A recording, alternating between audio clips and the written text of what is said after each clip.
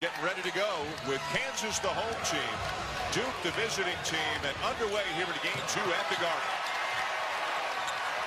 Well, Frank Mason coming off a 30-point game, going to be guarded by Matt Jones, an excellent defender and a lot bigger. And Jackson banks one home over Kennard. Well, that's a smart way for Kansas to start out the game, Dan. Putting Josh Jackson to struggle a little bit against Indiana down in the post and to get him started early. Get him feeling good about himself. And he should have a bit of a size advantage over whichever of the perimeter players for Duke is covering. Interesting decision by Kansas. They're putting Frank Mason on Grayson Allen. Kennard answers at the other end to tie it at 2. Putting Mason on Allen, he can get up underneath him and cause some problems. Grayson Allen, such a great year last year for the Blue Devils, better than 21 points per game as Emil Jefferson dribbles it off his foot. Luke Kennard does his Curly Neal impersonation to keep the ball alive. I just dated myself a little bit with that reference. You certainly did. At least you didn't say Marcus Haynes. Yeah. Well, then you got the reference, so you're right there with me. I'm a student of the game. I'm a young man who's been a student of the game. Jace Jeter getting a chance to play more because of the injuries to the freshman. And Emil Jefferson extended that left forearm or elbow and gets called for the offensive foul. Yeah, this Kansas team has a chance to be a really good defensive team, especially at the guard spots. And Landon Lucas does a nice job. He's got that left arm on, but as long as you don't put two hands on the ball handler, that's going to be deemed incidental contact. Back over to Kansas, tied at 2 in the early going. Mason's second team All-Big 12 a year ago, off to his buddy in the backcourt, Devontae Graham. And we're going to have a call going against the Jayhawks under the glass. Yeah, a little push off on Landon Lucas. One thing for Kansas, the challenge defensively is going to be to stay with Duke shooters, but at the same time taking away drives.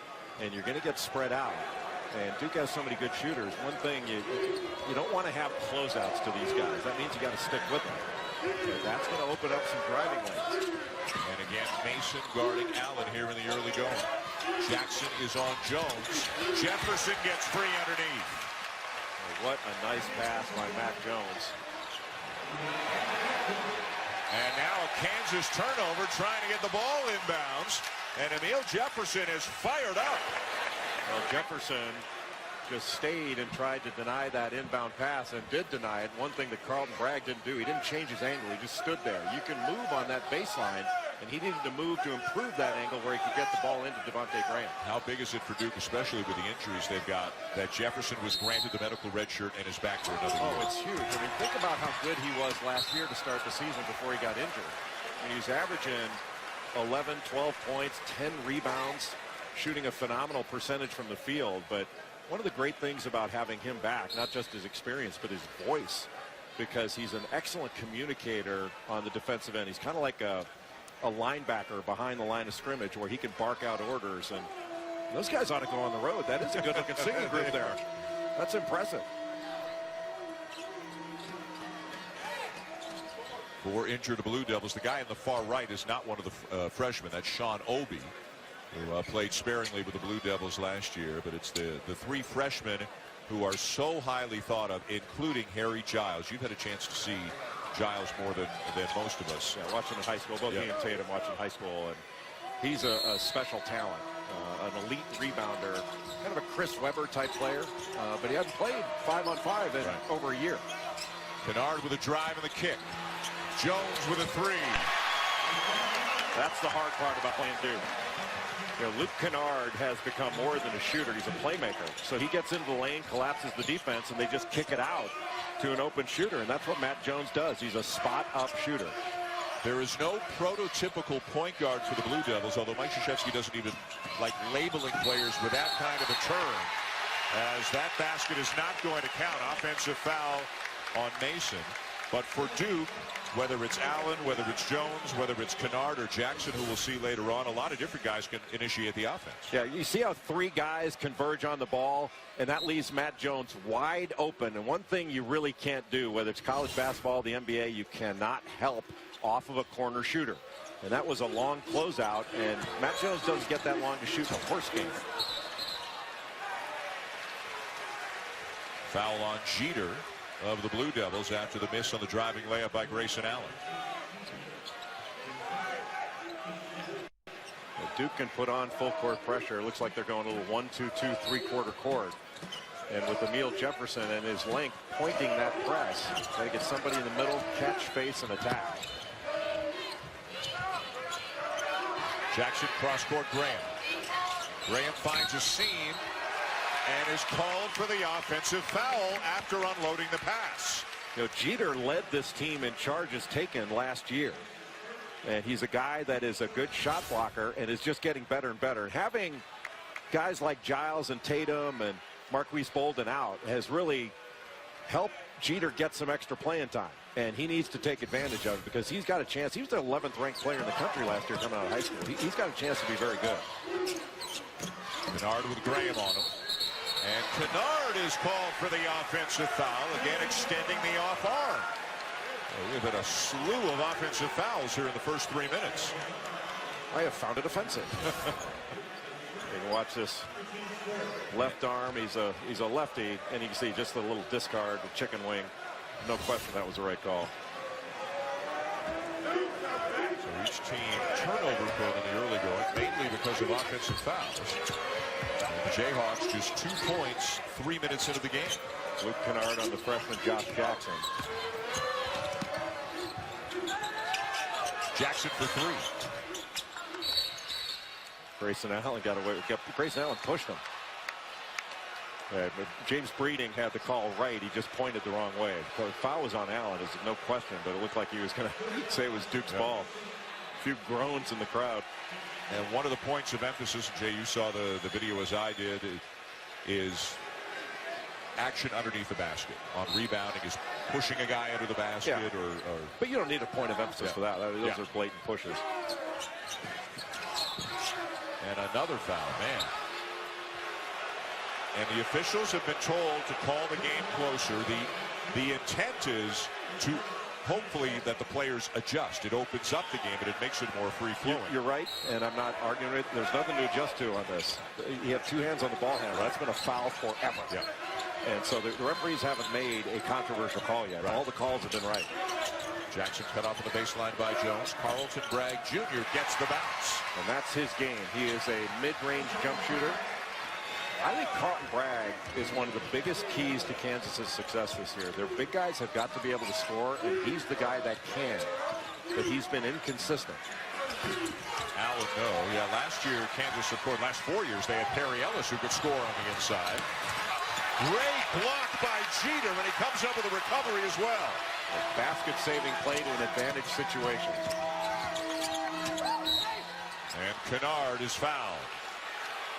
That was a big-time block by Chase Jeter. Didn't give up on the play. Frank Mason made a great catch. Boy, that was a great block with the left hand. Great block. Kansas will go smaller now. LeGerald Vick comes into the game. And Bragg goes out. And this is a look we're going to see a lot from the Jayhawks with Josh Jackson, who's really a perimeter guy, playing the 4 spot. And Bill Self, as you can see, is stomping mad. There was a foul just called against the Jayhawks on the inbounds play. And it's on Mason, and it's his second. Right, that's the first foul that you can go, wait a minute, that wasn't a foul. Because that shouldn't have been called. That is a huge loss now for Kansas. Sviatoslav Mikhailuk comes into the game, so Graham will be the primary ball handler for the Jayhawks. Jones inside, a lot of traffic, and a held ball, and the arrow will keep it with Duke.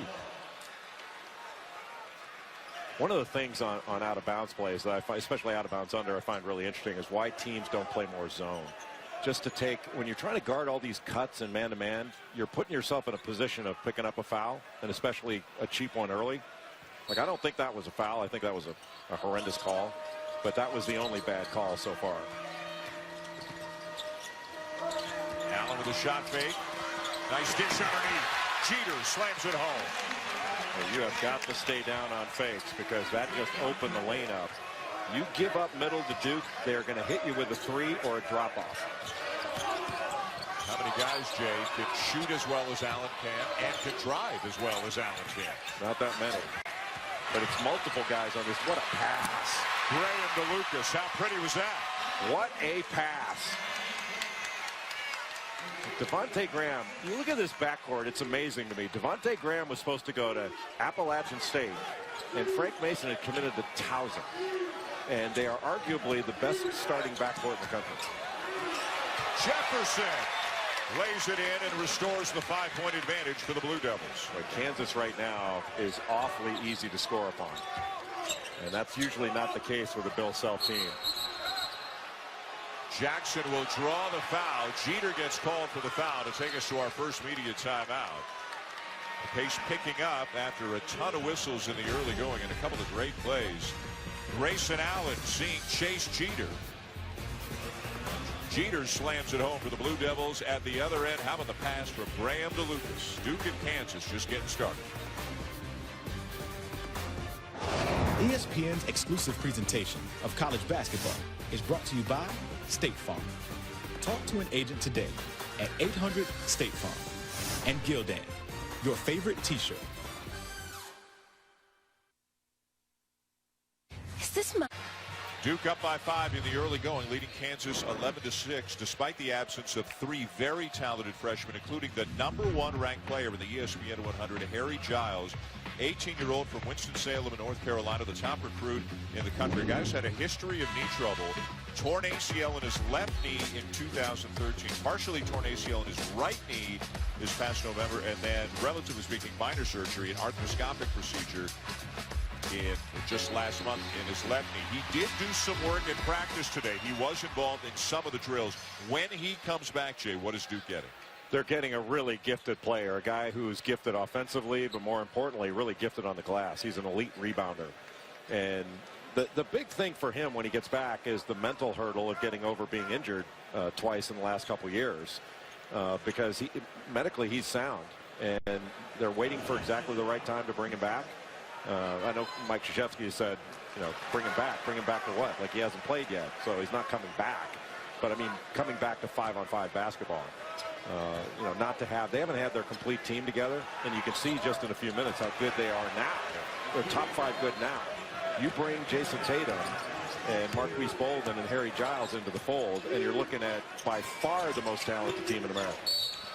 Allen draws the foul, and Duke has had some very talented teams that haven't necessarily been deep and haven't necessarily been big. This team will be very deep, and they'll be huge if all these guys come. Yes, this is the biggest team Mike Krzyzewski's ever had, and it could be a little bit like that Kentucky team a couple years ago that went 38-0 going into the Final Four before losing to Wisconsin. I mean, it's a team with 8 McDonald's All-Americans. That doesn't include Harry Giles because he didn't get that designation because of the injury. Right. And he would have. He was the #1 player in that class before getting injured. They're up 12-6 as Allen makes the first. Landon Lucas just picked up a second foul for Kansas. So 2 Jayhawks already with 2 fouls. And freshman Udoka Azubuike, a 7-footer from Nigeria, is into the game now for KU. There's that 1-2-2 3/4 court press, slows the advance. Azubuike's a big body, and Kansas wants him when he gets the ball inside. They want him to go up and dunk. So he's going to have to guard some on the perimeter because Duke's got a small lineup in there. Kyler almost lost it. Azubuike trying to gather. And it's Duke ball, mainly because the Blue Devils were the ones to hit the floor first. Matt Jones got down and kept that ball alive. That's exactly right. Kansas bent over at the waist for the ball. Duke got on the floor, and it's no surprise they wound up getting it. That'll be a learning lesson for Josh Jackson, who was the player involved, when they watched the film of this game, that Jones just got down to the deck much quicker. Oftentimes, that's what happens with freshmen. They bend over at the waist to get the ball. They try to dribble it up instead of get down on the floor. Duke's diving on it. Kansas was bending over for it, and that's why Duke got it. The other end, a foul on Vic, and Luke Kennard is at the line. The 6'6" sophomore from Franklin, Ohio. Maybe a little bit overlooked with Allen back and Jefferson returning and all the freshmen, but this is an important guy in that Duke rotation as well. Yeah, he's way more than a shooter. He's a playmaker, and you can see he shot 90% from the free throw line. He missed a couple free throws in their last game, and you almost fell out of your seat when you saw that. He can really shoot it, but he's also a really good passer, and he's an underrated defender. Good hands by Frank Jackson.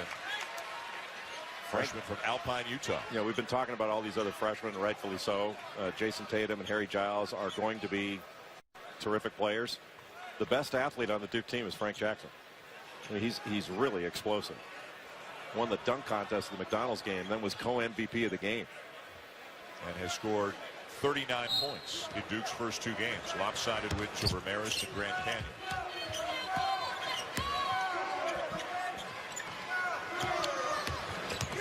Kansas 0-1 after the loss to Indiana. They came straight to New York from Honolulu. They've been here a few days as Jackson misses the jumper. And here comes Kennard.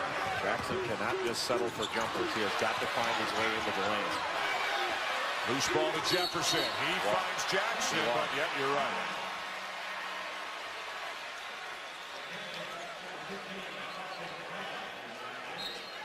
And Mike Krzyzewski's asking, was it a double dribble? Was it steps? What exactly was the violation?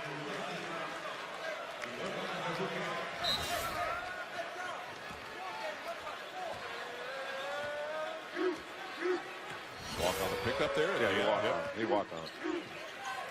Still a 9-point lead for the Blue Devils, 6.5 in. LeGerald Vick knew he missed it, followed it hard as Jackson is on the offensive glass and will be rewarded with a trip to the free throw line.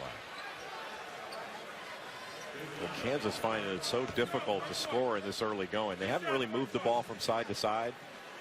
And right now, it's hard for them to throw the ball into the paint. Years past, Kansas would run something called 2-game. It was like a high-low. And their guys would run some ball screens out of it, but they would let their defender get on top, and they would wedge him up, and they would just throw over the top, and they'd get a lot of layups, a lot of easy baskets. And right now, their big guys are not the kind of targets that can score inside. And they're 0 for 4 from the line. 0 for 4 from the line, 0 for 4 from 3. And Kansas has 6 points, and they're down by 9. Allen. And Bragg down with a rebound, and a foul is going against the Jayhawks. Bill Self is livid again. Yeah, I don't get that one. You got to let the guys rebound. I mean, this is a physical game. I know the emphasis is on, cleaning up the extracurricular stuff, but I'm not sure that's what everybody meant. And it's bonus both ways, Jay, less than 7 minutes into the game. The foul was on Bragg, his second. So he becomes the 3rd Jayhawk to pick up 2 fouls here in the first half, and he heads to the bench. When you mentioned they're in the bonus, like, we've questioned 2 calls. All the other ones are, in my judgment, right. So, we're not talking about a bunch of calls that are being missed. It's a couple. And really the answer to fewer whistles is the players have to stop fouling. Get your hands off people, move your feet. Vick off balance, follows it up, lays it in. A nice play by LeGerald Vick. He did not give up on the play after he shot the ball. He knew that he'd missed it. And oftentimes the guy who shoots it knows. Well, how about Jackson lowering the shoulder, inviting the contact on that drive, but he missed the runner. Freshman didn't look like Frank Jackson in that play. That guy's one powerful guard. Or Azubuike. Baseline, Jackson with a reverse. That's what Josh Jackson needs to do. Straight line drives to put pressure on the defense. And all of a sudden, after a couple good plays and stops, Kansas is looking a lot more confident and right back in this game. Mike Krzyzewski will take a timeout. Bill Self says he shouldn't be just a shooter. He should be a junkyard dog. Jackson with a baseline lay-in to bring the Jayhawks back within 5.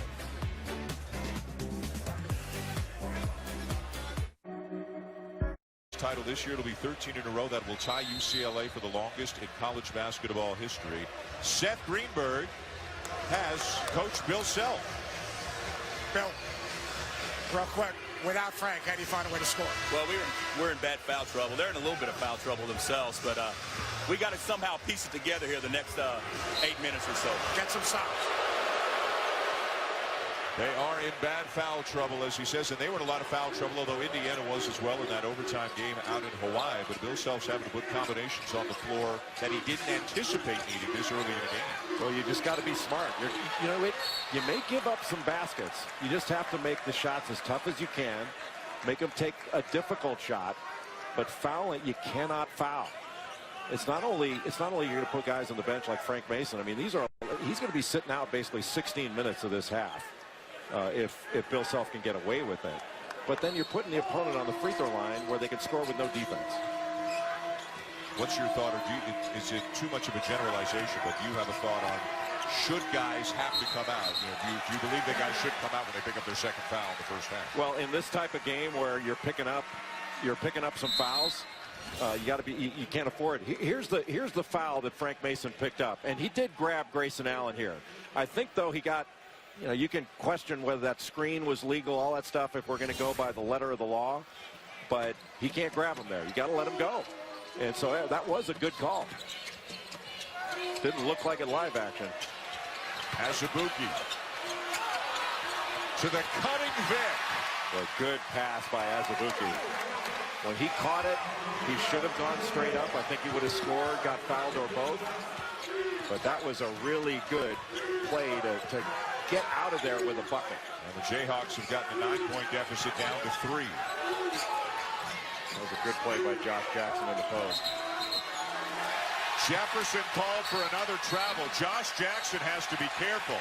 He just slapped the ball out of Jefferson's hands. I don't know if anybody saw it. Yes, they did. He got teed up. Not a good play by Josh Jackson. I don't know if Bill Self saw it. Remember, in the college game, a technical is a personal. They can ill afford to pick up any more fouls. Just the first, though, on Jackson. But watch him slap the ball right there. You just can't do that. I don't know why. It's a dead ball. It's not his ball anymore. It's not the. I don't know whether that requires a technical. I know it's unsporting, I guess, but it's a dead ball.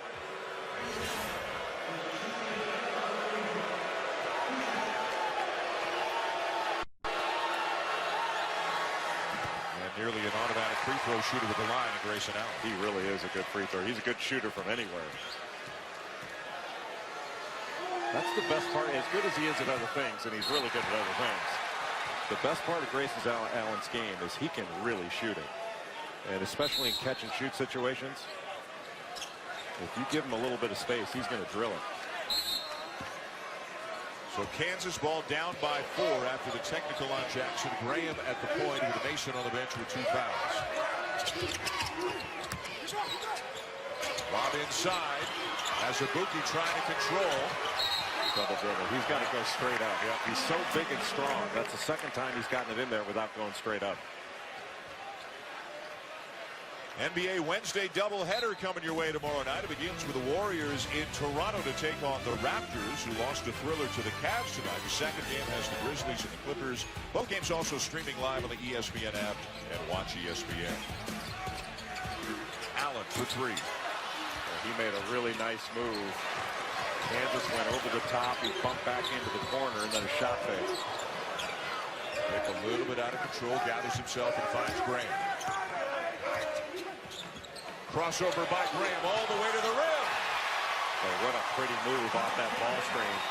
Azubuike can really set a good screen. He's so big. And Devontae Graham used it, sought out some body contact, didn't get the foul call to finish the play. Self looking for some big minutes out of Azubuike tonight. He didn't play a whole lot against Indiana. How quickly they get up and down the floor, all the shooters, all the perimeter guys that they have. Jackson can't turn the corner. Good help there by Azubuike. Jeter can't finish it, but he draws the foul. And it's on Jackson. And because of the technical, that is now the second foul on Josh Jackson. Devontae Graham on the other end. Getting that high ball screen, little flat screen from Azubuike. And when he comes off of it, Chase Jeter gives him a little bit of space, goes right around him and then right into him, and is still able to complete that play. That's the way you use a ball screen. So Jay, now with Jackson picking up his second, he'll come out at least for a while, and Bill Self is going to trust his veteran leader, Frank Mason III, a senior, to play with 2 fouls at least for a few minutes here in the first half. Well, the key for Frank Mason is you can give up a bucket. You can get a bucket back. You cannot get a foul back. So you have to be really smart. As a senior, that shouldn't be being smart. It will not be a problem. But you have to be really disciplined defensively. It's an 8-1 run for Kansas. Make it 10. Svi Mikhailuk. And it's a tie game. Kansas's defense has really picked up. They've got to maintain their intensity without fouling. Jayhawk Nation making all kinds of noise here in New York right now. Nice job by Gerald Vick to stick with Grayson Allen. Matt Jones into traffic. And a Duke turnover. Well, Kansas's pressure is making Duke go really, really fast. Was that Sasha Khan there? I think that was a Sasha Khan sighting. Over Jayhawks big man. Vick to inbound it as Kansas looks for the lead. Kansas was just down 9 and made this comeback with Frank Mason on the bench. Mason misses the runner. Jones down with the rebound. Deflected away, but still Duke ball.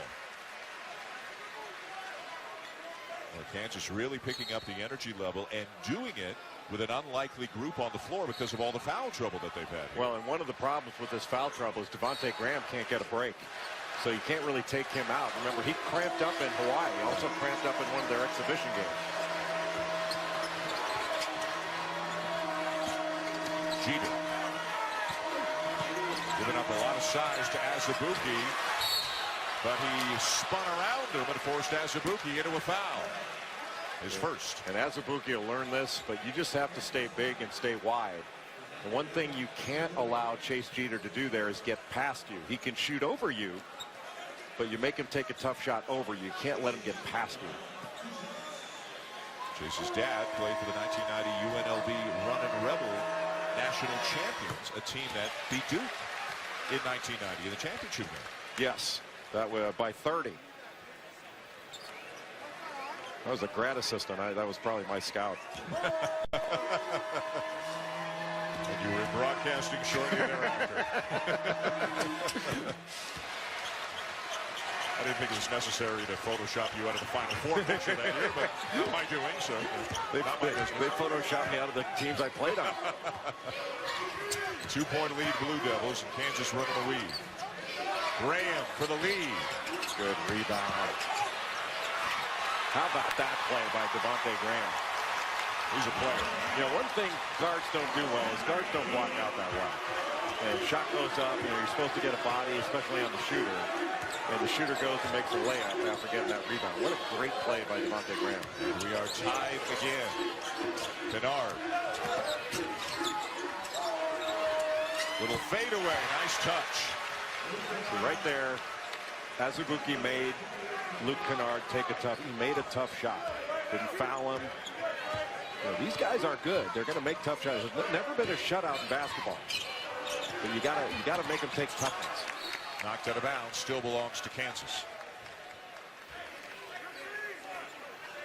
Kansas has to figure out a way to get shots for Svi Mikhailuk. He can really shoot it, and he's got to really work hard to find shots. Got Kennard on him right now out of the perimeter.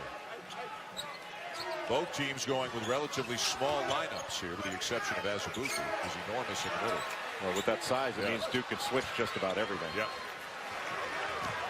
Jeter's a front court player for Duke, but the other 4 guys on the floor for the Blue Devils are perimeter guys, and really you could say the same for Kansas. Jeter and Azubuike are the only forwards. See, right now I'd go to Grayson Allen. He's got Svi Mikhailuk on him. Let him drive Mikhailuk.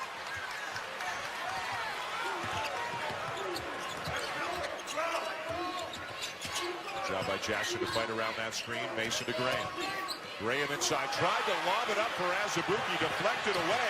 Great hustle by Mikhailuk on the defensive end.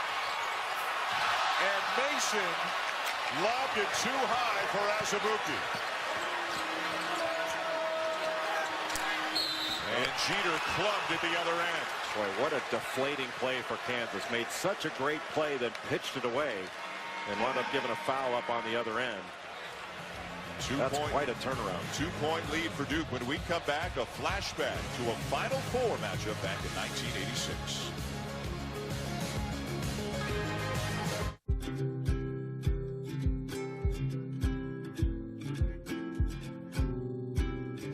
Looks like we're bound to start anew.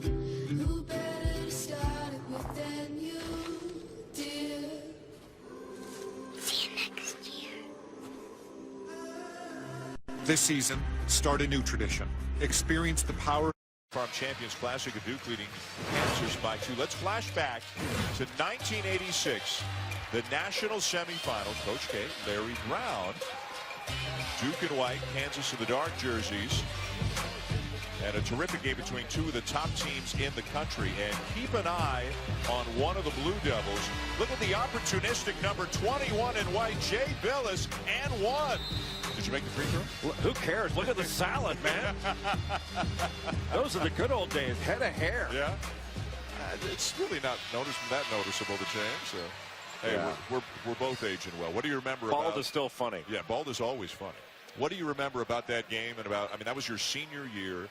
From when you came in '82 to a team that did not have the kind of pedigree that the Duke program has had for many years now. But what do you remember from '82 going through to '86, growing with that group? Oh, what I remember about the whole thing, how great Johnny Dawkins, Mark Allery, Tommy Amaker, and David Henderson were. That's what I remember. Those guys were studs. That team had a hole in the middle, but everything else was good. And you went on to play Louisville in the championship game after beating Kansas. You can stop right there. I'm sorry. We don't need to discuss this anymore. You played in a national championship game.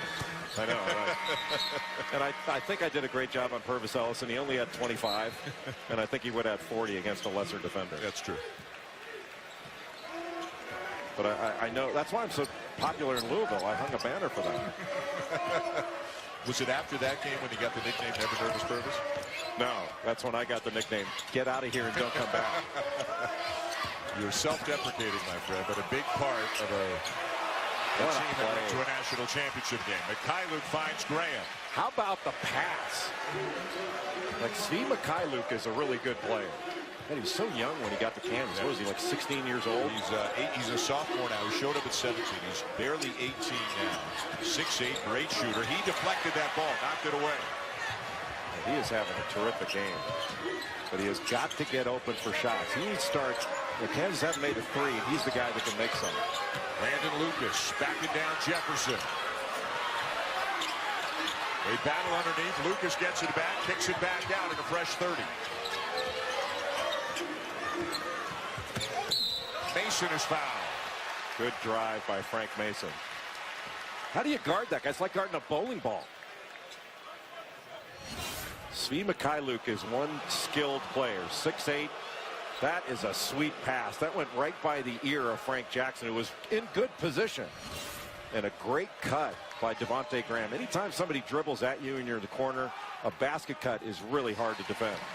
Because your defender is going to get caught looking at the ball. How about Kansas battling back to get in a position to tie this game?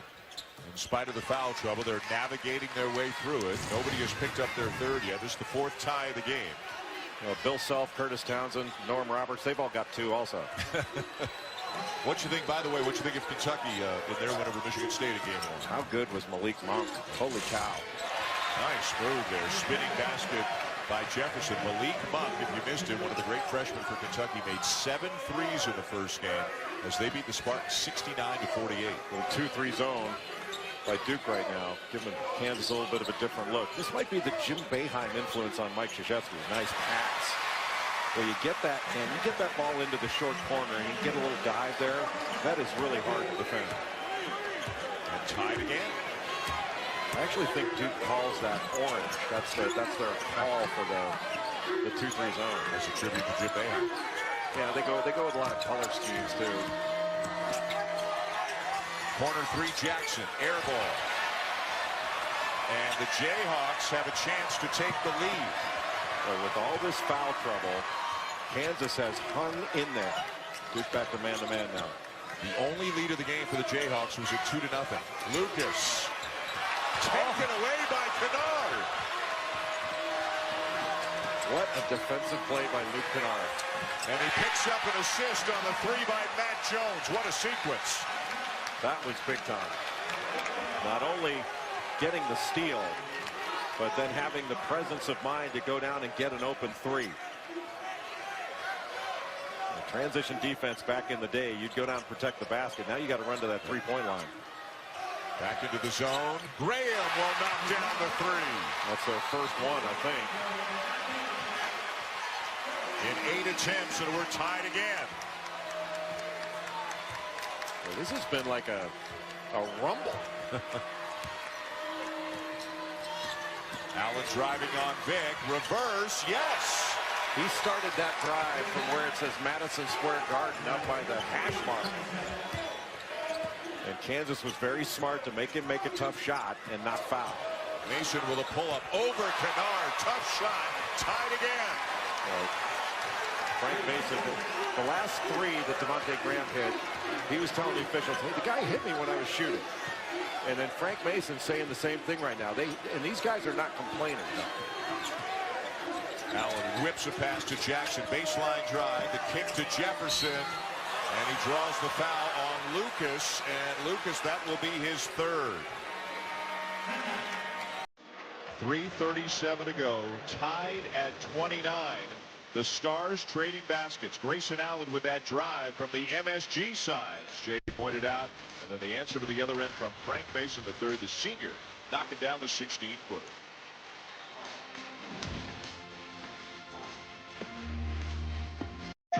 We will eradicate the authority of the earth. Wins were here at Madison Square Garden. Passing Bobby Knight, 903, the most all-time in Division I history, with a win over Michigan State, and then career win number 1,000 in January 2015 here with the Garden as well in a game against St. John's. Where's he not had notable wins? That's true. You guys won over 1,000 games. It's amazing. An outstanding record as a head coach at Madison Square Garden, and also played in this building in the year in which it opened, 1968. Played against Notre Dame in the NIT. I can't tell whether he's leaking out early or he doesn't look any different. And still, and you could say the same for Bill Self, John Calipari, and Tom Izzo, and all the great coaches. But boy, the competitive fire, just from my casual point of view calling games of his, I mean, that fire burns just as strongly now as it did back then. Yeah, and that's one of the most impressive things. I think that's exactly right, that he hasn't lost a step. He's actually gained a step. And, things you mentioned about all the coaches here, we're in an era of amazing coaches. And like Bill Self, the three of the coaches in this out of this four are already in the Naismith Basketball Hall of Fame. That guy right there is going to be in very short order. There's no question about it. And deservedly so. Let's get more now from Maria Taylor. Bill Self was really praising his team for ball movement and their ability to get back into the game, tying it up, saying he wants to take the lead into the locker room. But Devontae Graham said one thing they're focused on is they feel like they took possessions off in that overtime loss to Indiana, something that they're trying to shore up here in the first half, guys. All right, thank you, Maria. Boy, when they were down, now wait a minute, after the play, Vic kept driving and Jeter some contact, with some sportsmanship shown on both sides. If you weren't with us earlier, Kansas was down 15-6 and already had 3 players with 2 fouls before the midway point of the first half, but they have managed to work around the foul trouble and they've gotten back into the game.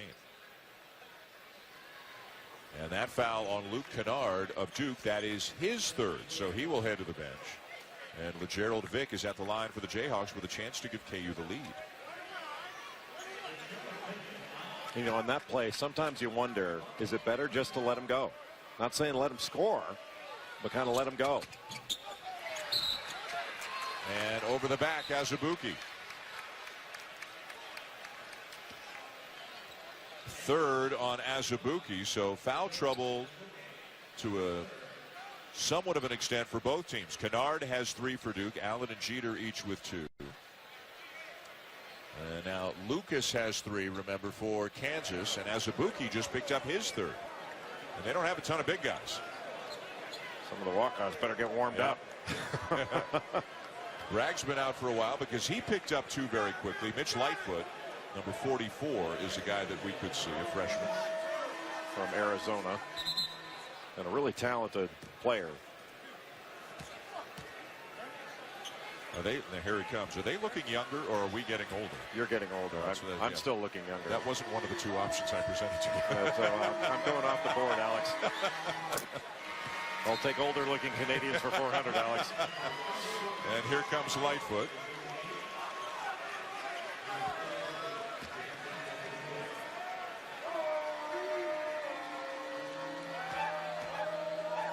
Bill Self doing a little hard coaching over with Azubuike on the bench right now after that foul. Yeah, going over the back on a free throw block out is not a smart foul. You got to think about, maybe in high school you could get those. You're not going to get many of those in college. Kylie picks up his dribble, knocked away by Jefferson. Still Kansas ball. You got to figure 2 goals for Kansas in the last 3 minutes here. Stay close and don't have Mason pick up his 3rd foul here this half. Absolutely, and I don't think he will. He's a smart player.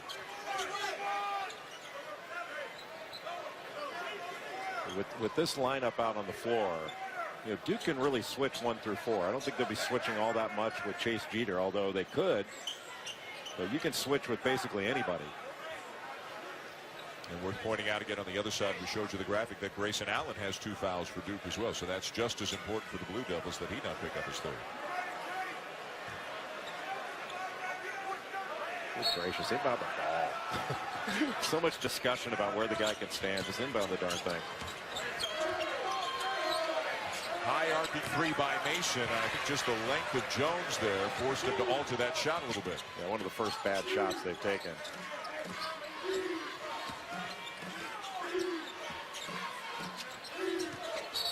Walk. Good defense there by Lightfoot, and Jeter called for the travel. College football Saturday coming your way. Ohio State, we just found out that they are number 2. They'll take on Michigan State. We found out between games 2 that Michigan is number 3. They'll host Indiana and Oklahoma and West Virginia, the ABC game on Saturday night. Lightfoot for 3. All these shots right now for Kansas are coming off of 1 pass. Maria Taylor had said before that Bill Self out of the huddle was praising his team for moving the ball. And now they have 2 straight possessions where they don't move it at all. And not surprisingly, they don't get anything. And there's no, you take a shot like that, there's no rebounding. And they've done a really good job on the offensive glass. But you run bad offense, you're not going to have a chance to get an offensive rebound.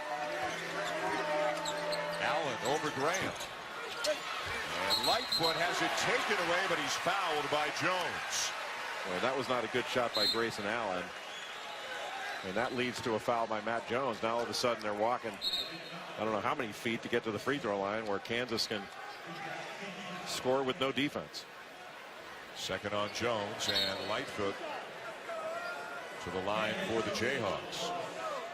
Himself says he's got great energy, but sometimes actually he needs to slow down a little bit. Not that the game's going too fast for him, but he needs to slow down a little bit. Well, he knew he missed that one. He was walking across the line before he missed it. The guys are back for halftime, the Jeep halftime report, because ball is never not fired. Excuse the double negative. Reese Davis, Seth Greenberg, Jay Will. Look back at the first game. Also recap the tip-off marathon as well. Did you hear Greenberg say, they're going to call a walk there. Did you hear Greenberg say on game day before the first game of the Champions Classic that he's Inspector Clouseau? Like he wanted to say, well, I'm gonna really start, you know, digging into the game and all this stuff. Inspector Clouseau. That was the reference. Who might have been the biggest screw up in history. But that's why we love Seth. Now, Seth and Reese tried to bail him out by saying, well, Inspector Clouseau took a tortured route but ultimately got to the right place. I think that nickname's going to stick with Coach Greenberg for a while. Is that your dog? Does your dog bite? That is not my dog. How was that flight back from Hawaii sitting beside Coach Greenberg? He snores. Graham. Vic. And Vic called for the travel. Pretty good job there by Jeter, not letting that guard get around him. Yeah, you got to go up and shoot that. Once you make that spin move, go up and shoot it. Good job by Jeter to move his feet. You got to go up here. You're just asking for a walk. But that was good defense, and not many big guys move their feet that well to stay in front of a smaller guard. Vic giving up a lot of size to Jefferson in that matchup. Allen with a drive, had it rejected. I think Lightfoot got it. And Allen is down behind the play. Allen is still lying down. It will be Duke ball. Grayson Allen still down on the court, clutching his right calf. Not sure whether that's a cramp, but he was holding his face when he first went down. But it was a really good hesitation move off that high screen off the handoff.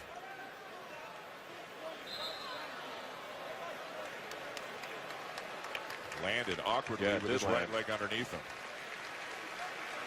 Well, that was a nice play by Lightfoot. He brought his arm down, though, and oftentimes the referees call a foul on that. If you go straight up, at first he went straight up, and then he brought it down, caught, and he did catch him in the face. Yeah.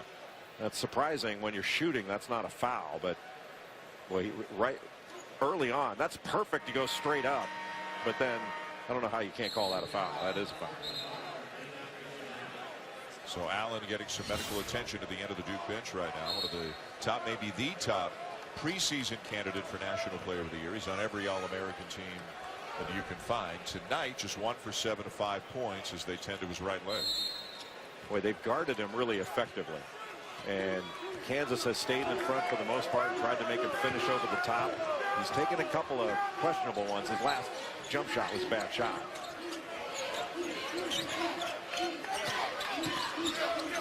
Jefferson got it. When you play off of Emil Jefferson, he can take up that space, drives to the left and spins back to the right. That's a veteran move.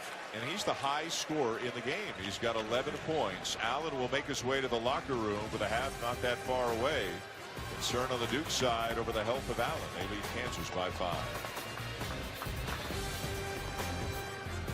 What's it going to be? An oven-baked DiGiorno or waiting for delivery? Did you have that beard when we ordered? A hot, fresh-baked crust or... Did we order extra soggy? Don't settle for delivery. Back in New York, Dan Schulman, Jay Billis, Maria Taylor, 34-29. The Blue Devils leading the Jayhawks. Duke playing without 3 injured freshmen, and now, at least for the moment, without the services of Grayson Allen after that right leg kind of buckled awkwardly underneath him. Just landed unusually there. You see is that his foot kind of got caught. I don't think I've ever seen anything quite like that. And was eventually able to get up and walk off the court under his own power with a little bit of assistance. He's gone to the locker room now. Into the game and now for Duke for the first time is Javin DeLaurier, another freshman. He's from Shipman, Virginia, 6'10", 220. He wears number 12. Big, strong, and athletic. Vic for 3. And Jefferson having himself quite a night, brings down the rebound.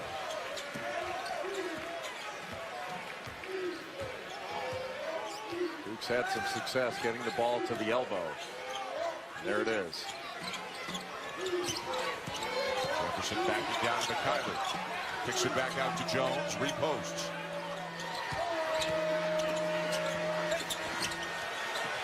Couldn't bank home this one. Out of bounds to Duke. Now with the shot clock turned off. After the repost by Jefferson with that little turnaround jumper, 2 Jayhawks went to block it. That left the offensive glass wide open. And if that for Frank Mason knocking that out of there, that would have been an easy Duke putback. Kennard back in for what should be the final offensive possession of the half for Duke. Kennard with some foul trouble, but they'll put it back in there. Coach Gale put it back in there on offense. Get down to the last play of the half. Oftentimes it's not just the shot, it's the second shot. You got to rebound this. Jackson, left-handed floater, tipped back in, but waving off. Basket interference, the call on Jeter. Awfully close. Well, that was no question the call was right, but there was nobody that laid a body on Chase Jeter, and that was still right on above the cylinder. Boy, he was right there. That's just what we were talking about oftentimes it's the offensive rebound that gets you. There's still plenty of time for Kansas to get the ball down the floor. 4 seconds. Graham with a lot of speed. Some contact with Jackson. No foul call as he turns in the direction of one of the officials at the end of the half. Lots of fouls and some foul trouble for both teams heading into the second half. Duke leading Kansas 34-29. Maria's with Bill Self. Coach, there were times when the offense seemed stagnant and times when the buckets came easy. What fueled the offensive runs during this first half? Well, we played with lineups we never practiced before, so that's probably part of it. But we were so impatient offensively, and of course, you know, you can't foul that much and have to play with with guys that we really hadn't practiced that much with the first team. But hopefully we'll regroup and play a lot smarter this half. How are you able to manage playing through all that foul trouble with Frank Mason, your senior guard, being on the bench for part of the first half? Well, a lot of our guys were on the bench, but certainly Frank played smart when he got back in there. But we got to play much smarter, and our shot selection wasn't good at all. We've got to attack the basket. All right, thanks, Coach. Thanks. But in spite of all that, only down 5. Duke 34, Kansas 29 at halftime. When we come back, the Jeep halftime ESPN Sonic blockbuster. Duke taking a 5-point lead to the second half against Kansas. And moments ago, Grayson Allen did make his way out of the locker room and walking seemingly much better than he did on the way in after suffering, Jay, this injury in the first half. Yeah, when he went down after getting hit, there was no foul called here, but his right leg got caught up underneath him, and he didn't just walk into the locker room, he limped in, but when he came out, he was walking just fine, and we saw him shooting and warming up, and he looked fine. I'm sure he will come out and play and be ready to go. But I'll tell you, Duke shot 50% in that first half. They turned the ball over 11 times. And Kansas, even though they did a good job offensive rebounding, they battled foul trouble. They put Duke on the line 17 times where Duke was able to score. And Kansas was 2 of 9 from the free throw line, 1 of 8 from 3. And the Jayhawks are only down 5. I think they've got to feel pretty comfortable that they're in a decent position given how things went in the first half. Let's get an update now from Maria. Well, you guys are right. You saw Grayson Allen come out. He was the last player to take the court, but Jeff Capel saying that he is good to go. And Grayson Allen says that one of the things that he's been focusing on, along with Emil Jefferson, is more than just scoring. It's also the leadership that they have with him on the court. But the focus for Duke, offensively, making the extra pass. Jeff Capel saying they just weren't good on offense. First play, set play, here to start the second half. They go for a lob attempt to Josh Jackson. They went to him down on the block to start the game. What do you need to see, if you're Bill Self, what do you need to see from Jackson this half? Stay in the game. You know, he picked up a technical foul and then another foul quickly after that. And as a freshman, you had to take him out of the ball game. And he's got to stay in the game because he can do some really good things out there. Great move. At 5'11", he just gets where he needs to get. It's so tough to keep Mason out of the paint.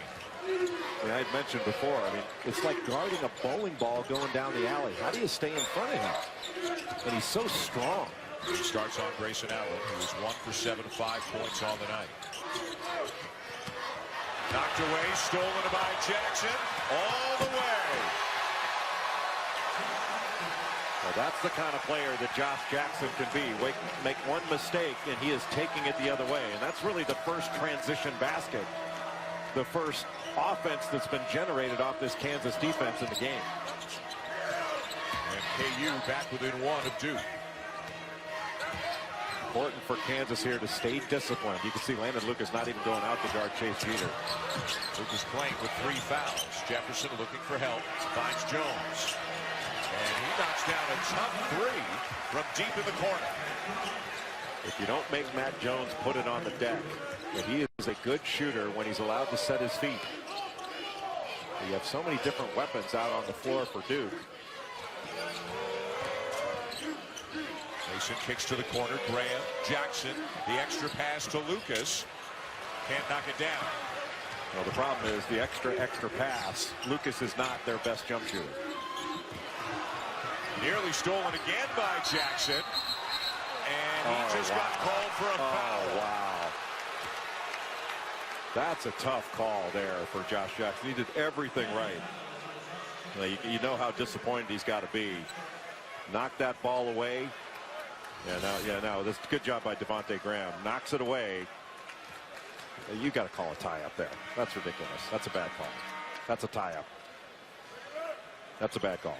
And it's his 3rd, and he will come out of the game, and Bill Self will stop him on the way to the bench. And whether he's consoling him or lecturing him or a bit of both, who knows? But boy, he had a great couple of minutes here to start the second half before he picked up a very tough foul call. Well, I guess he's talking to him about keeping his composure. That after the foul was called, he went after it. He made a good play. There was nothing wrong with that play. It was an unfortunate call from a Kansas perspective, but he's got to stick with it. Now Bragg comes up with a steal. Ahead to Mikhailuk. Cross-court look. Mason. Count the basket. What a pass by Mikhailuk. That's the second great pass he's made in this game. He was awfully good in the game against Indiana out in Hawaii, coming off the bench as well. And with Jackson on the bench, Mikhailiuk will get more minutes. And Kansas down by 2. And Duke's turnovers, they had 11 in the first half. They have started the second half turning the ball over, but a needle threaded by Mikhailiuk. What a play.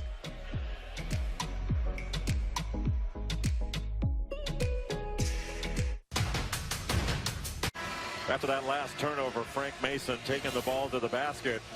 And Grayson Allen got a finger on it, but he got a finger on it after it hit the backboard. So by rule, that's goaltending. The referees didn't call it, but it went in anyway. So what you don't say no harm, no foul. No harm, no goaltending. And Mason was joking about it with a couple of the officials coming out of the timeout. Something he could do because the ball did wind up going through the basket. It's a lot funnier when it goes through the net. Yeah. So big development here in the second half. Josh Jackson into the bench with his 3rd foul. Mason on Grayson Allen. And Allen's got to work hard to get the ball. He needs to drive Mason here. Using the screen from Jeter. A good help by Landon Lucas. Floater by Allen. Left it short. Bragg comes up with it. He's going to look for a guard. He'll find Graham. Great defense by Mason. Graham ties the game at 37. And Bill Self looking at the official saying, well, that was a call every play in the first half. That would have been a foul. Well, how good are these Kansas guards? And Graham called for a foul, his 2nd. Yeah, I think Bill Self is probably wondering, now wait, what's the difference? But I think that foul on Graham was the right call. The question is, was this one? And what a play to play through that contact. Graham in double figures now, leading Kansas with 11. Emil Jefferson leads Duke with 11. Kansas really doing a good job of staying in passing lanes and making the catch difficult for Duke. They've got to extend that catch and aren't able to run offense as smoothly as they'd like. And what a difference to play without fouling in the second half, at least early. And the shot clock running down now on the Blue Devils. It's at 5. Allen bounce pass in traffic. Jeter has it knocked away. And a reach and foul is called on Jefferson, his 3rd foul. Kansas's defense is much more active. They're shrinking gaps. They're sticking with the shooters that Duke has. So they're not having to close out long on the best shooters. And then they are helping off Emil Jefferson and Chase Jeter, as they should. A much better defensive effort, much more discipline in this second half for Kansas, at least early. It's a 2-game, high-low look. And Lucas just got called for pushing off on Jeter, and he's going to walk right to the bench. He knows that he's going to have to sit down. That is the 4th on Landon Lucas. Just trying to move him up the lane, and Bill Self is really upset with that. Saying, got to let the big guys play. And he's actually making a pretty good point on that one. So Lucas will sit down for a while, and Udoka Azubuike, the freshman, is back into the game for the Jayhawks. And remember, he's got 3 fouls. One of the things, Dan, there have been a ton of fouls called in this game, but with the exception of 1 or 2, they've all been the right call. These officials have done a good job. The players have to stop fouling. Graham to Mason, count it, and a foul. Yet another great play by Frank Mason in transition. One of the hardest times to try to draw a charge. And Matt Jones, who's an excellent defender, jumped in front.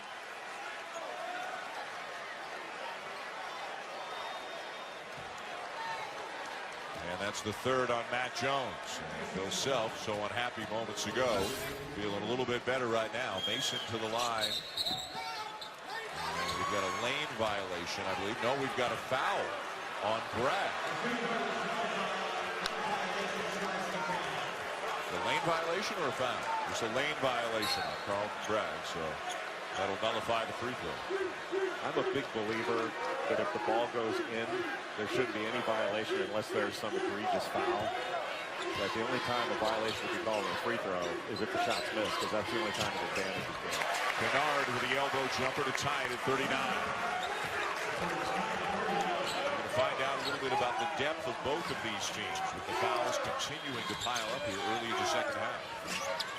They got off to a good start without fouling the first 4 minutes, and it's just been a flurry of fouls. And Mikhailuk, after he passed the ball off, you could kind of see it coming from our angle as Allen stepped in and took the charge, and Mikhailuk called for the timeout on the floor, tied at 39.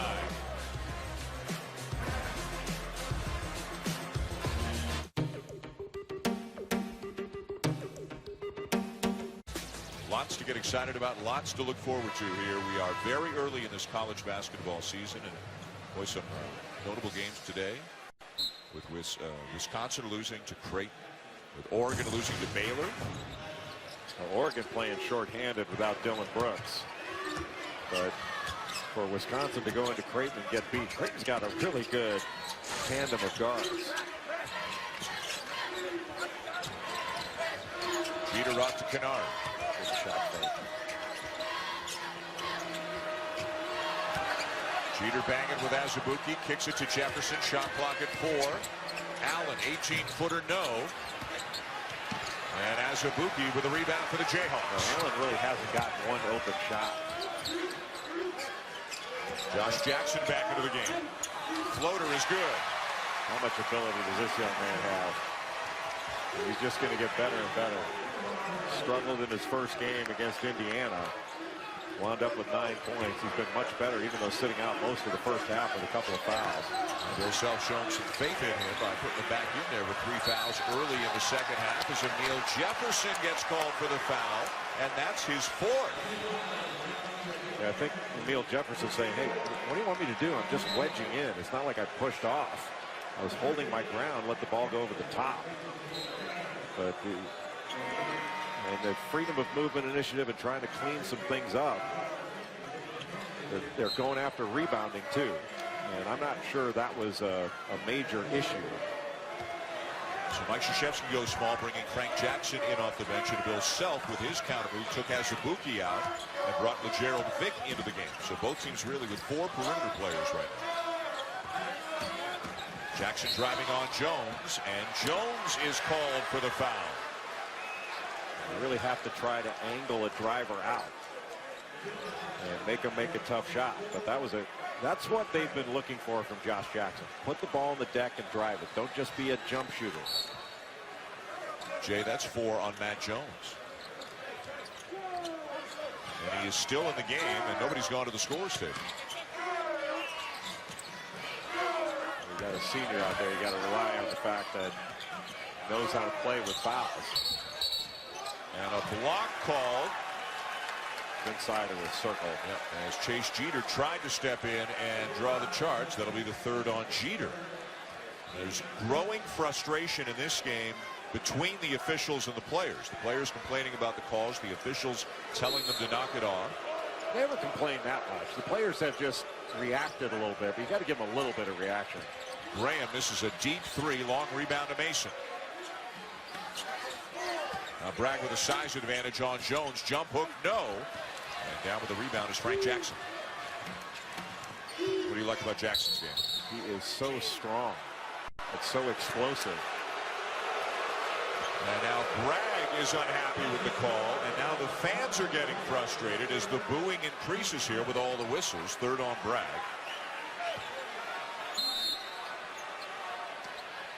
But your feeling is, by and large, it's up to the players to play the game the way it's supposed to be played. For most of these fouls, there are a couple that I don't agree with, but most of them have been right. Jeter misses a putback slam opportunity. Jackson switches hands and banks it home. Kansas by 4. We can't say enough about the defensive change of Kansas in the second half. They have been much better defensively. Duke has not gotten anything easy. Jeter got 2 defenders in the air and eventually drew the foul, and no disputing that one. It's on Graham. Josh Jackson is a multi-dimensional talent, a much better shooter than he gets credit for, but this is where he can be special. In transition, switching hands, going to the left, kissing it off the glass. He's an excellent passer. With his length, can be an outstanding defender. But look how much more efficient he is in this game versus his first game in Honolulu against Indiana, where he was primarily a jump shooter. And Jay, the foul actually not on Graham. Graham put his arm up in the air as if signaling, hey, it was on me, but it was on Carlton Bragg. It's his fourth. So Bragg sits down and Azubuike back into the game. So it's Bragg and Lucas with 4 for Kansas, and Jones and Jefferson with 4 for Duke, as Jeter misses both. Right now, if Azubuike gets the ball in the lane, he needs to go straight up. With his strength, he can't mess around with the ball. Just straight up to the basket. Jackson for 3. And the lead grows for Kansas. It's now 7 in a game in which they trailed by 9 in the opening minutes. You know what helped him with that shot, Dan, was the fact that he has gotten so many things going to the basket. You put it through the basket a few times, all of a sudden the basket looks bigger when you're taking a jump shot. Kennard threads the needle inside, and Mason fouls Jeter. And Mason just picked up his 3rd. And that was not a smart play by Frank Mason. Sometimes you got to let it go. Well, you can't get that foul back. Well, you get a bucket back. You cannot get a foul back. And there's still almost 13 minutes to go in regulation. You can't be cavalier with fouls.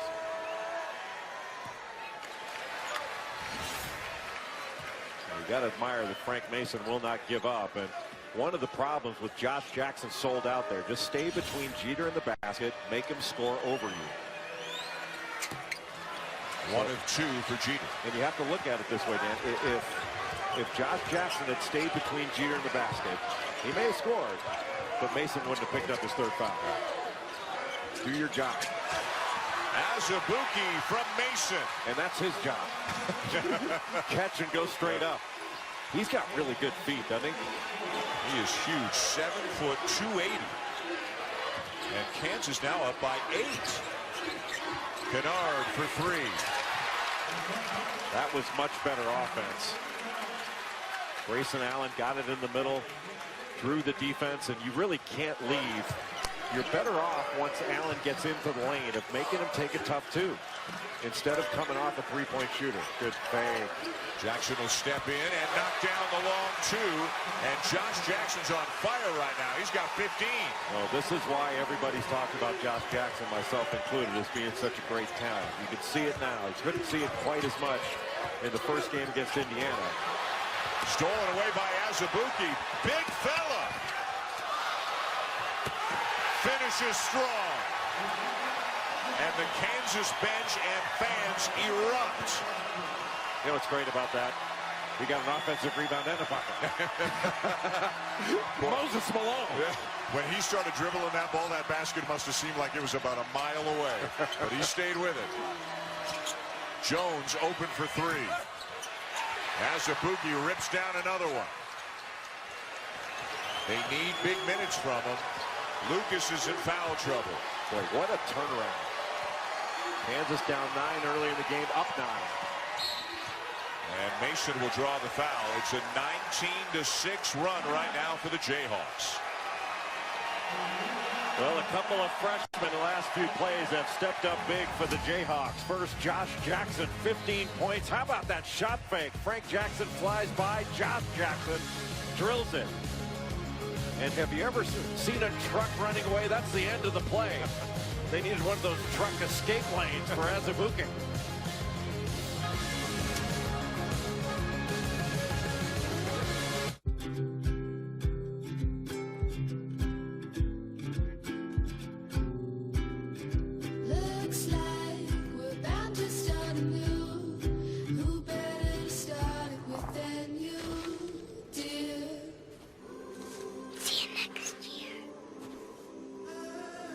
This season, start a new tradition. Experience the power of infinity now with leases starting at $319 a month. Infinity. Empower the drive. Wait a second. What are we doing? Now's the time on Sprockets when we dance. Hello, party people. Are you tired? Champion of the world.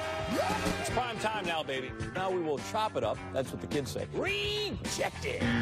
The champagne is flowing. We get that. When do we eat? College basketball is brought to you by State Farm.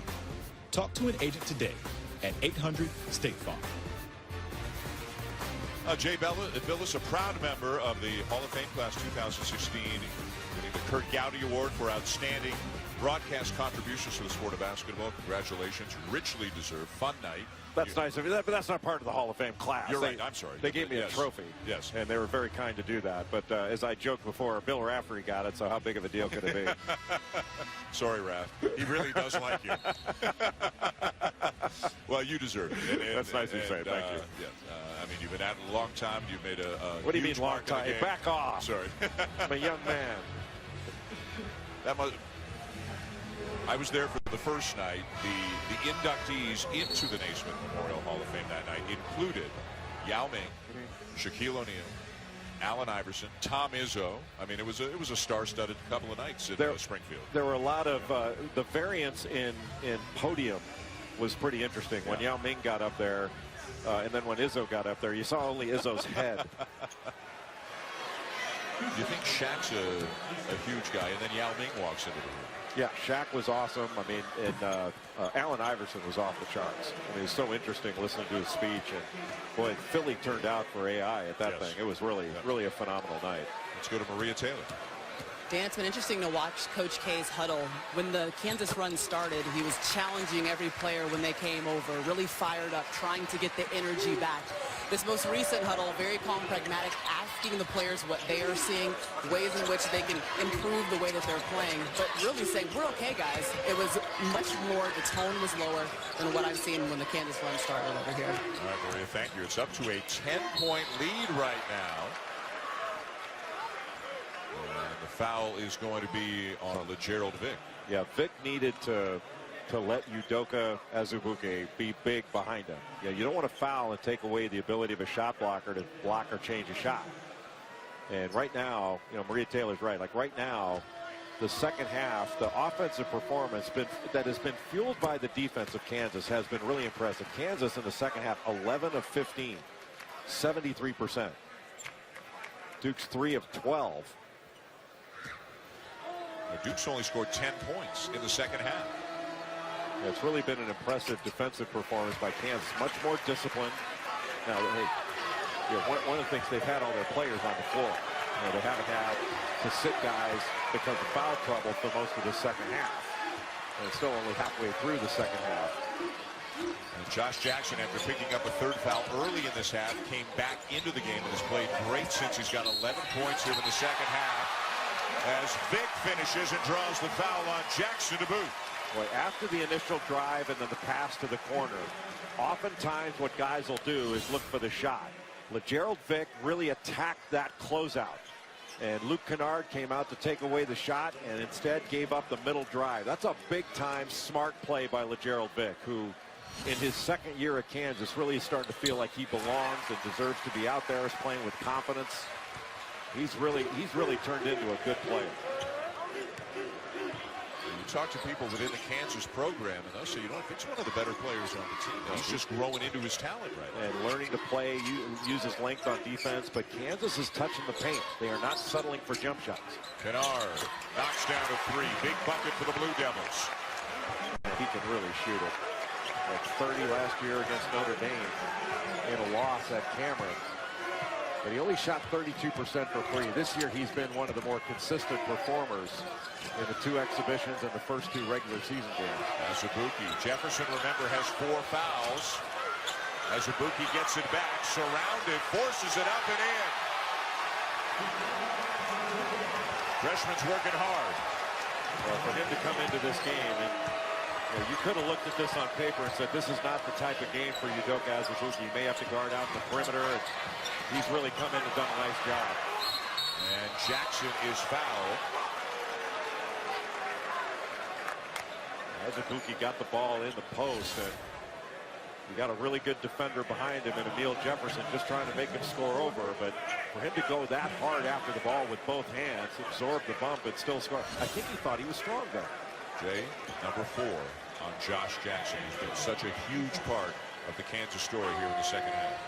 And that's another learning experience. You know, Frank Jackson right underneath the basket.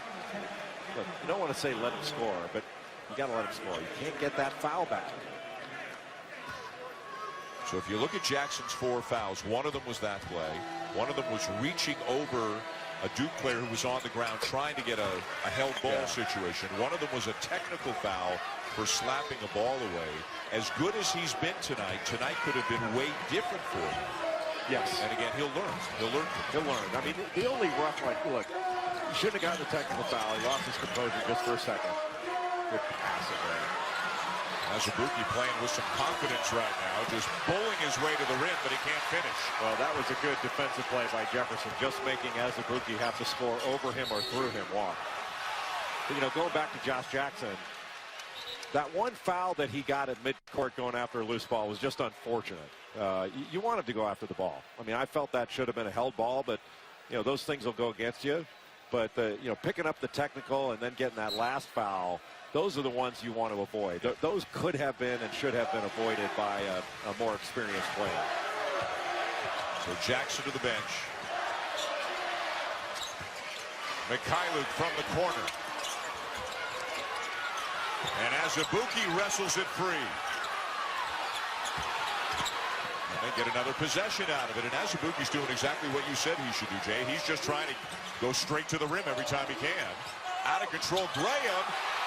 How did he do that? How did he stay on his feet? I mean, most guys would have fallen down face first. He not only stayed on his feet, but was able to finish that play. That was a big-time play. And I'll tell you what, you got to give LeGerald Vick a lot of credit for keeping that ball alive. Now a turnover, miscommunication. It's Mason with a reverse. Kansas has played a fabulous second half, especially on the defensive end. They are outscoring Duke 33-16 here in the second half. Jefferson fouled. You know, that's one thing where Udoka Azubuike can't just reach in there. Well, Kansas has been so good in this second half. Devontae Graham driving to the bucket. Most guys fall down there, and he's able to gather and finish that play with his right hand. And then Frank Mason, really bad pass, yet another turnover. Tom Izzo calls this a turnover for a touchdown. Call you back. Is this my car? State Farm knows that for every one of those moments, This is ridiculous. there's one of these. Is this my car? What? This is ridiculous. This can't be happening. This can't be happening. Oh, it's happening. By PlayStation, as we look at some teams who have not gotten out of the gate the way they wanted to. UConn has lost to both Wagner and Northeastern. Oregon had a little run at the beginning of the second half last night against Baylor, or this afternoon, and then got blown out. And Wisconsin losing to Creighton by a dozen, 79-67.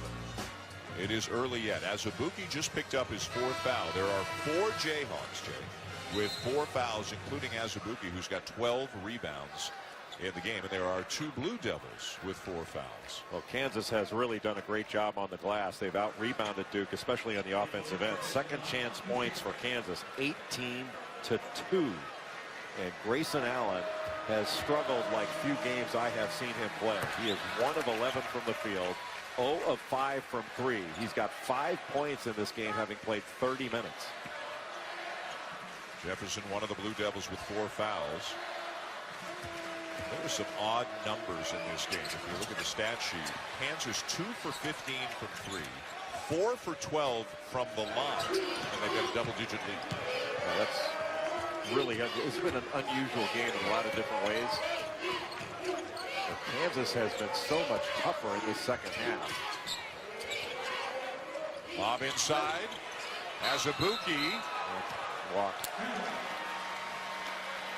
Boy, if the big fella can develop some finish, and he's still kind of raw, but if he can develop some finish, he's going to be a load down there. No, he's already a load. He's going to be really good. Just has to work on catching and going straight up. He's so powerful.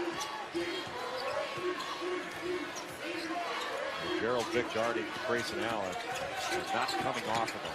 Too easy for Matt Jones down the lane, and Duke cuts it to 9.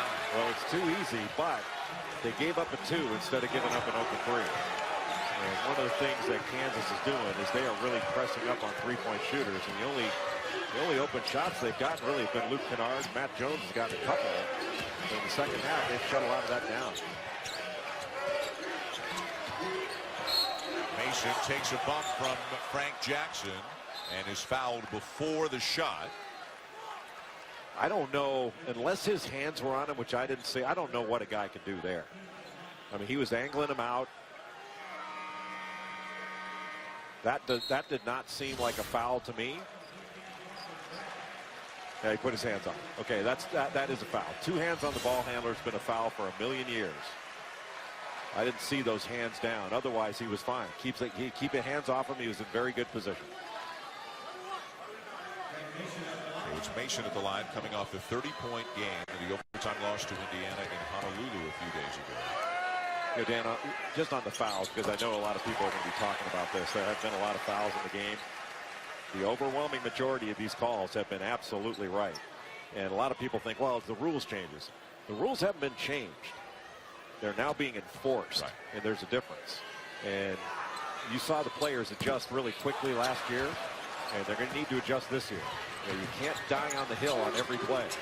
Allen in and out on the 3. Well, I've never seen him struggle quite like this since his freshman year. I think in this event against Kentucky a couple years ago, it might have been his freshman year, might have been last year, I can't remember. It was last year. He really struggled. So this event has not been particularly kind to Grayson Allen. Nice look from Mason. Gerald Vick kept it alive again. Bragg couldn't finish with a reverse, and back up the Blue Devils down by 10. That's head in the hands for Bill Self after that. That was an opportunity for an easy layup. Allen with a drive, and he lays it in. Still a lot of time, better than 6 minutes left. It's an 8-point game. Yeah, that was a 4-point turnaround. A layup missed by Kansas, a layup made by Duke. And Bill Self wants a timeout. With all the fouls that have been called and all the fouls that have been racked up, especially that Kansas has on them now, Duke's got to continue to drive it. If they drive it and kick it to an open 3-point shooter, pull the trigger. Otherwise, keep touching the paint off the dribble. We saw a Josh Jackson out in Hawaii for Kansas who took a lot of jump shots, did not shoot the ball well, did not have a great debut for Kansas. We've seen a different Josh Jackson when he's been able to stay in the game here tonight. Yeah, and you've seen a more aggressive Josh Jackson driving the ball, and they're straight line drives, not angle drives. And you can see his length and athleticism. He has been much better defensively. Now, in large measure, he stayed in the game. First half, he spent most of the time on the pine with foul trouble. Second half, he's been able to show his talent and his creativity in driving it. Not just driving it for him to score, but driving to create as well. And you can see that's an efficient backcourt right there. I mean, I'm putting the wing Josh Jackson in there with the backcourt of Frank Mason, Devontae Graham. Those are really good shooting numbers, and that's where the efficiencies come from, out of the guards. This is a guard-oriented Kansas team, which is a little bit unusual for Bill Self. That was a look at tonight's right combination, brought to you by State Farm, and it's a combination that figures to click a lot for the Jayhawks here this season. 5:59 to go and back in play to Kansas. Really for Kansas, don't you think one of the key guys for them to be really successful has got to be Charles Bragg? Absolutely. He improved his play, and here he is. And Jeter called for the foul, and Bragg will head to the free throw line. They don't have that many bodies up front, and Bragg, you talked about him pick and pop, can knock down a jumper, but boy, if they can score inside more, Bill Self will be really happy. Anytime you get a baseline drive, the big guy wants to try to get in front of the basket, and that's exactly what Carlton Bragg did right there. Chase Jeter a little bit behind the play, had the foul to keep him from flushing it. Gets the bounce. Jeter his 4th. So 3 Blue Devils and 4 Jayhawks with 4 fouls.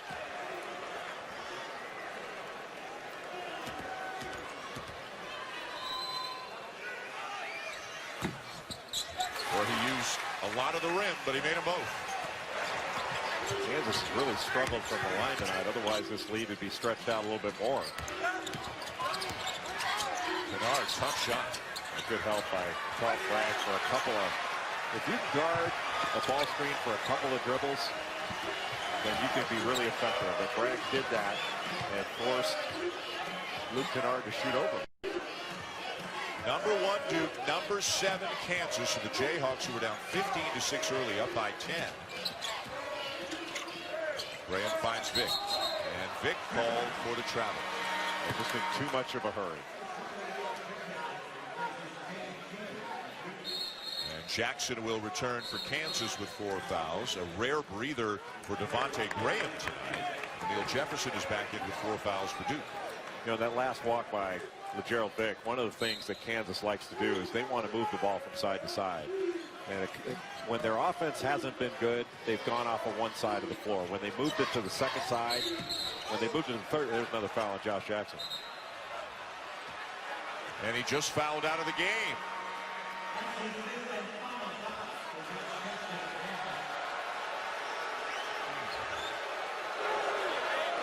And he is beside himself. The way he was pleading his case, I mean, he doesn't think he did anything wrong, and we'll have to get another look and see what he was called for. He was guarding Luke Kennard. It looked like there was contact, but he's saying Kennard sold it. You know, most people aren't watching off the ball, but you can't grab a cutter. And I had actually thought that it was a missed call in the first half. The second foul on Frank Mason. Turns out he grabbed Grayson Allen, the cutter. It was the absolute right call. Here you can see just off the ball on the left side, there's a little wide pin down, and Josh Jackson's guarding Kennard. And yeah, well, it didn't look like he grabbed him, but I'd like to see that again. Maybe we can get a closer look at that. But that's what good cutters do. You know, they sell those things, and sometimes the referees fall for it. Jackson played much better tonight, but again, the minutes severely limited because of foul trouble as Mason gets all the way to the glass. They couldn't grab him there. He was by you too quick. My goodness, how explosive was that move? A bowling ball with an extra gear. Unbelievable. Allen with a shot fake. Vick stays in front of him. Jones bounce pass in traffic to reverse for Frank Jackson. Now this game is about stops. Timeout Duke. But this game is about getting stops now. With 4:28 left in regulation, can you get stops and consecutive stops and then score? We'll be back to the Garden momentarily. Kansas up 8, looking to beat the #1 team, the Duke Blue Devils.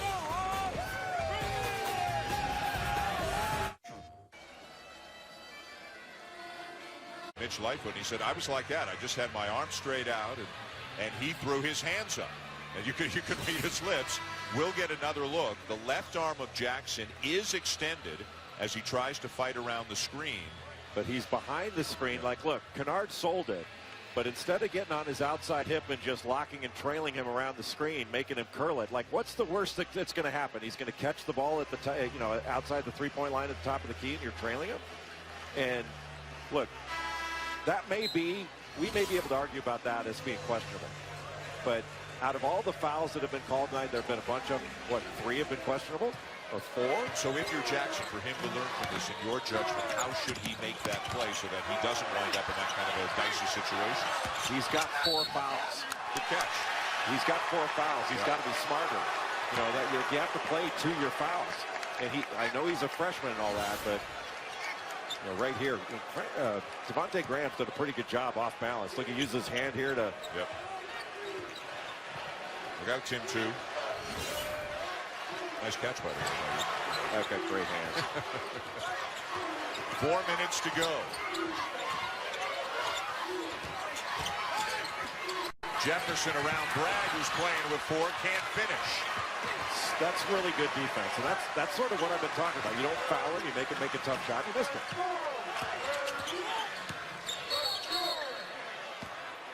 And Frank Jackson called for the foul, bumping with Bragg, number 4 on Jackson.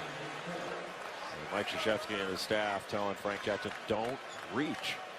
You're 35 feet from the basket. And now all of a sudden Kansas shooting free throws without really having to initiate any action.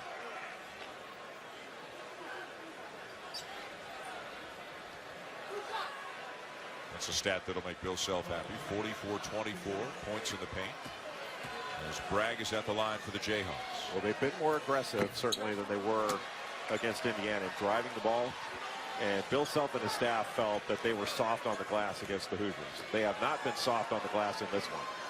You know, Kansas has done a really good job rebounding. Those free throw numbers, though, have got to be a little bit disturbing for Kansas. Even with that make, they're under 50%. They're 8 for 18 in the game from the line. 2 for 16 from three-point range, and they're up by 9. Up by 9. You got to credit the defense. Kennard to a wide open Allen. Scott. Down to 6. So you cannot leave these Duke shooters. They'll self-calling a play right now. If you give up a tough 2, that's one thing. You give up an open 3, that's what can get you beat. And Bragg taking advantage of the mismatch with Matt Jones, the assist to Devontae Graham. Boy, that was a big answer to that 3 by Grayson Allen. A really big answer. Jackson got hit. A chance for a 4-point play. You cannot come off corner shooters. And as smart a player as Frank Mason is, he helps off a corner shooter, tries to recover, and then commits the cardinal sin of fouling a corner shooter. You know, there's no reason to help there. Devontae Graham's right there to make Luke Kennard take a tough 2. And all of a sudden, you give up a step-in 3 and then make it worse by fouling. That has not been Frank Mason's career, where he's made less than smart plays. And Jackson converts on the 4-point play. It's down to 4. Fourth foul on Mason as well. Duke is tough enough when you give up a 3. You can't give up a 4. Everybody standing here at Madison Square Garden.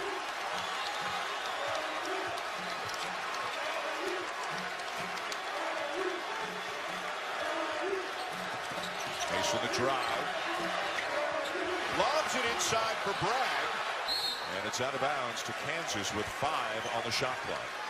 When Frank Mason left the floor, I don't think he had any idea where he was going to throw that ball. That's why I had that surprise in my voice. And he still was able to find Carl Bragg almost for an easy score.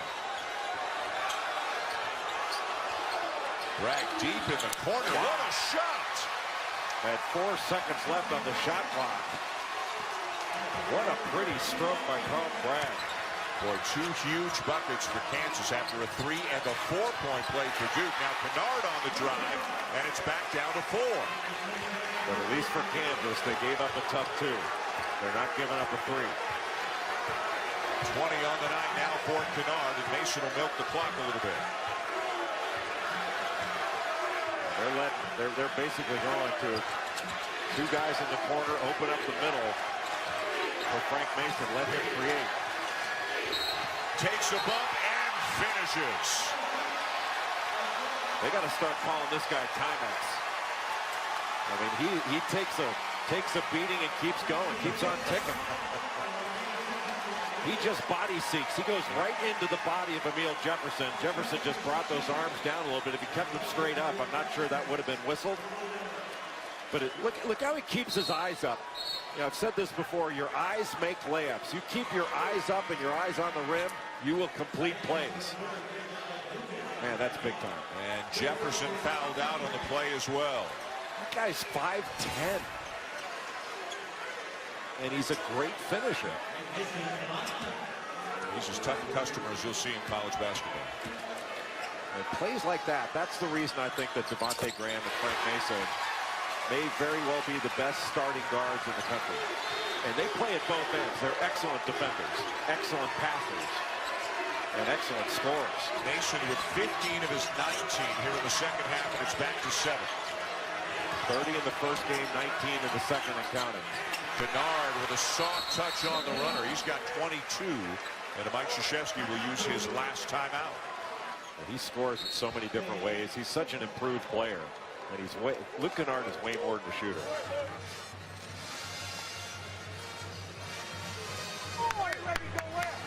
Tonight, after this game, here in the State Farm Champions Classic, with Sports Center at night with Scott Van Pelt. We'll have a look back at all the college hoop action, the NBA, NHL, college football news, the rankings, of course, coming out between games tonight, NFL news, and everything else you need to know. Sports Center at night tonight after this game here on ESPN. Well, for Kansas, having lost their opening game to Indiana, having come from Hawaii and falling down 15-6, they've come back and had the lead most of the second half. Duke playing shorthanded. Really, 2 teams playing in a very tough game under less than optimal circumstances here in a game that's going right down to the wire. Is that Graham again cramping up again, 3rd game in a row? Who cramped up in Hawaii, and he cramped up at the end of the game, and it turns out he's cramping up throughout the game. We just didn't know it. Bill Self told us afterwards that he had gotten on Graham about not guarding something the right way. And he said, Coach, I started cramping up early in the game. And so it's happening again now. And, boy, what he has played through and played through courageously since this season has started. And he's trying to pound the Gatorade, make sure he can stay hydrated. But he's had to play a lot of minutes. Now, the foul trouble probably affected him as much as anybody because he couldn't come out of the game. And if you can't rest your players, they're more likely to fall into that dehydration. Let's go to Maria with more. Well, Dan, Bill Self looked at Devontae Graham about the 5-minute mark and asked him if he was cramping up yet. Devontae said no, but he said get ready to go back in. He grabbed another Gatorade and completely chugged it. Devontae did say that he's been eating a lot of bananas. I mean, he's been taking salt tablets and also drinking Gatorade over the last few days since they left Hawaii, just so that he would not cramp towards the end of this game. Well, thank you, Maria. And as Jay, as you said, that they can hardly take him out of the game. The foul trouble really complicated things from his perspective. He's played 35 minutes of the 38+ in this game. Yeah, and throughout the course of the season, that's going to have to change. I mean, you can't wear guys out. That actually happened last year with Grayson Allen. I mean, he played way too many minutes. And, you know, this year for Kansas, Graham's been that guy. Kansas ball with a 5-point lead and 1:34 to go. Duke out of timeouts. I feel awfully comfortable with the ball in Frank Mason's hands, don't you? And if he has to give it up, if he gives it to Graham, you feel just as comfortable there. Lucas, Vic, and Mikhailuk also in the game. Good pass. Vic wide open in the corner. Mikhailuk with a weak side rebound. But he couldn't finish. Boy, what a rebound, and then just didn't make the layup. And that was a big-time rebound by Mikhailuk. Boy, another missed opportunity. What a huge bucket that would have been. And all of a sudden, it's a one-possession game. A minute to go. Boy, what a turnaround. When they miss a layup, give up a layup. Now this is about getting a stop for Duke, and it's about being strong enough if you're Kansas to get a score. Score or get fouled here, running good offense. Boy, Mikhailuk made a tremendous play to get that rebound and then just couldn't get the lift on the layup attempt. You don't see many better rebounds than this from a wing. Mikhailuk skied for it, went after it with both hands, and then goes up and just misses about as easy a shot as he's going to have in his career. And then Grayson Allen, as you have to do at the end of a ball game, you got to drive it. Drive it and put Kansas in a position to foul you. And then if they help off a three-point shooter, then you can kick out. But right now, Kansas, whether they score here or not, they can't afford to help off a three-point shooter.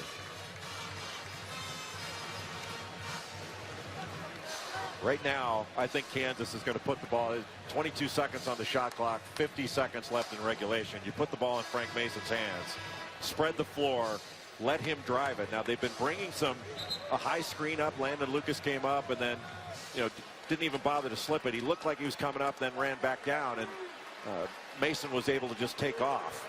But if you can force him left, I think you're a little bit better off. Usually he drives right to take it all the way. If he does pull up, he pulls up going left. 50.4 seconds to go. Kansas with the ball. Duke out of timeouts. Duke has the arrow. And it'll be LeGerald Vic to inbound it for the Jayhawks. Kansas right here does not want to settle. Even if you kick it out for a three, you can still drive it. And right now, if they're not able to get the ball into Frank Mason right away, oh, there they go. He'll take a few seconds off to be sure. Shot clock now down to 15. What a crossover. Bumps with Jeter, and Jeter with a rejection out of bounds to Kansas, 10 to shoot. Boy, that early bump. Thought Jeter could have picked up a foul there. That was good defense. That was solid. Really solid. Good job moving his feet. Mikhailuk back into the hands of Mason. Shot clock at 6. Mason gets it off. Tough shot, and rebound comes down to Kennard. Don't want to give up a three here. Allen has it knocked away. Kennard on the drive. Jackson to tie it. Got it!